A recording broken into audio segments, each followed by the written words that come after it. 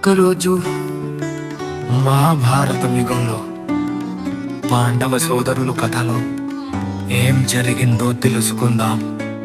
పాండవ సోదరులు అరణ్యంలో జీవనం, ఎండ తాపం ఎక్కువై దాంతో నీటి కోసం ఒక సోదరుడు బయలుదేరాడు. కానీ తిరిగి రాలేదు. మరి ఏం జరిగిందో పాండవుల కథలో చూద్దాం రండి. మహాభారత కాలంలో పాండవులు అరణ్యవాసం చేస్తూ ఉన్నారు. ఒకరోజు వారికి తీవ్రమైన దాహం వేసింది. నీటి కోసం వెతకడానికి ధర్మరాజు తన తమ్ముడైన నకులుడిని పంపించాడు. నీటి కోసం వెళ్ళిన నకులుడికి ఒక సరస్సు కనిపిస్తుంది. ఆనందంతో నీరు త్రాగడానికి ప్రయత్నిస్తాడు. అప్పుడు ఒక గంభీరమైన స్వరం వినిపిస్తుంది. ఈ నీరు త్రాగే ముందు నా ప్రశ్నలకి సమాధానం చెప్పు, లేకపోతే నీవు చనిపోతావు అని అంటుంది. నకులుడు అవేమీ పట్టించుకోకుండా నీరు త్రాగడానికి ప్రయత్నిస్తాడు. నీరు త్రాగగానే వెంటనే కింద పడిపోతాడు. నకులుడు తిరిగి రాకపోవడం వల్ల సహదేవుడు నీటి కోసం బయలుదేరుతాడు. అదేవిధంగా యక్షుడి ప్రశ్నలకి సమాధానం ఇవ్వకుండా నీరు తాగడంతో కింద పడిపోతాడు. సహదేవుడు కూడా రాకపోవడంతో అర్జునుడు నీటి కోసం వెళ్తాడు. అలాగే యక్షుడి ప్రశ్నలకు సమాధానం ఇవ్వకుండా చనిపోతాడు.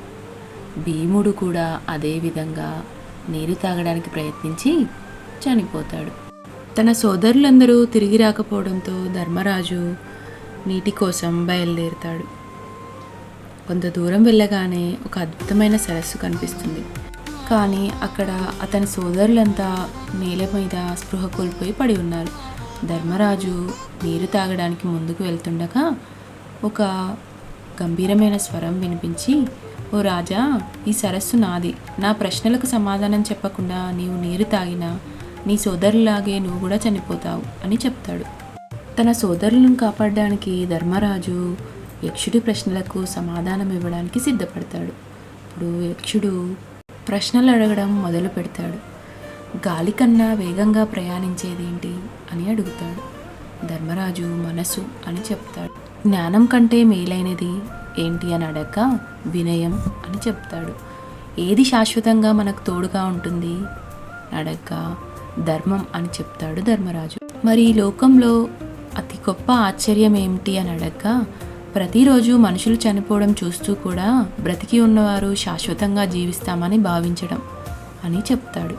ధర్మరాజు ఇచ్చిన సమాధానాలకు యక్షుడు సంతోషించి ఒక సోదరుడిని బ్రతికించడానికి వరమిస్తాడు. వెంటనే ధర్మరాజు నకులుడిని బ్రతికించమని కోరుతాడు. యక్షుడు ఆశ్చర్యపోయి మహాబలవంతుడైన భీముడిని లేదా అన్ని విద్యల్లో ఆరితేరిన అర్జునుడిని కాకుండా నకులుడిని ఎందుకు ఎంచుకున్నావని అడుగుతాడు. ధర్మరాజు, మా తల్లి అయిన కుంతీదేవి కుమారులో నేను బ్రతికి ఉన్నాను. మరొక తల్లి అయిన మాద్రి కుమారుడు నకులుడు జీవించడమే ధర్మం అని చెప్తాడు. ధర్మరాజు సమాధానంతో ఆనందించిన యక్షుడు తన సహోదరులందరినీ బ్రతికిస్తాడు. ధర్మమే జయం, న్యాయమే మార్గం, యక్ష ప్రశ్నల్లో వెలుగుతుంది సత్యం, పాండవ వీరుల గాథ ఇది.